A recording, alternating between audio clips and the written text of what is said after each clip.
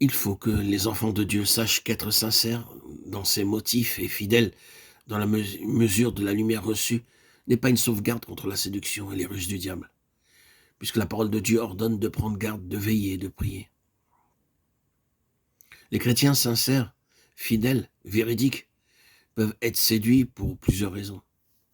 Lorsque par la puissance de régénération du Saint-Esprit, un homme devient enfant de Dieu et reçoit une vie nouvelle, dans la mesure où il se met au bénéfice du sacrifice expiatoire de Christ.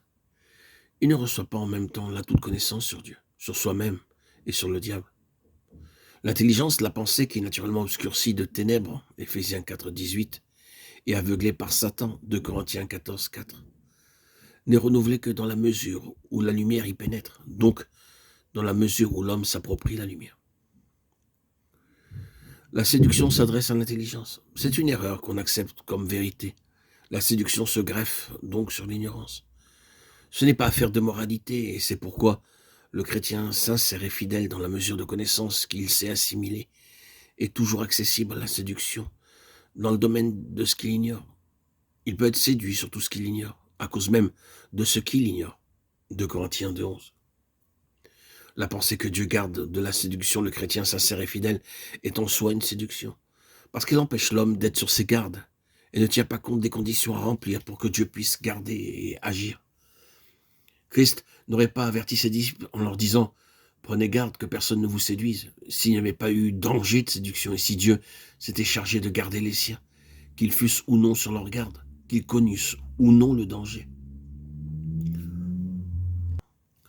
Savoir que la séduction est possible garde l'intelligence ouverte à la lumière de la vérité. Et ceci est essentiel pour que Dieu puisse exercer sa protection en faveur des siens. Au contraire, une intelligence fermée favorise l'action de Satan, qui profite alors de la première occasion pour entraîner aux séductions de l'erreur.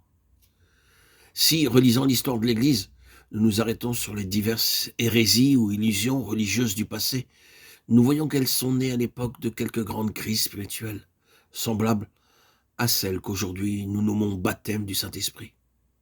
Une crise dans laquelle l'homme est amené à se donner tout entier au Saint-Esprit. Ce que faisant, il devient accessible à toutes les puissances surnaturelles du monde invisible. Et c'est justement là le danger. Jusque-là, l'homme avait fait appel à ses facultés pour décider entre le bien et le mal et pour se diriger. Mais du jour où il s'abandonne au Saint-Esprit, il obéit à une personne invisible, c'est elle qui décide pour lui. Il ne se sert plus de ses facultés pour peser, raisonner, décider. Il suit une direction surnaturelle qu'il croit divine.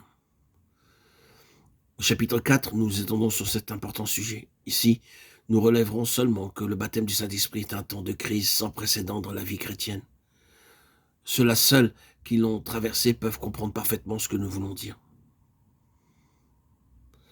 Alors, l'Esprit de Dieu devient si réel, si présent à l'homme que son unique désir désormais c'est d'obéir implicitement. Il abandonne sa volonté. Il veut obéir coûte que coûte et très exactement en direction de Dieu. Et subordonne son être tout entier aux puissances du monde invisible. Pour lui, tout est divin dans ce domaine. Il ne songe qu'à la puissance de Dieu. Qu'il existe aussi des puissances mauvaises, infernales, que tout ce qui est surnaturel ne soit pas nécessairement divin, qu'il soit extrêmement dangereux d'abandonner absolument tout son être à une force invisible, lorsqu'on ne distingue pas entre les puissances contraires de Dieu et de Satan. Tout cela n'a même pas abordé sa pensée.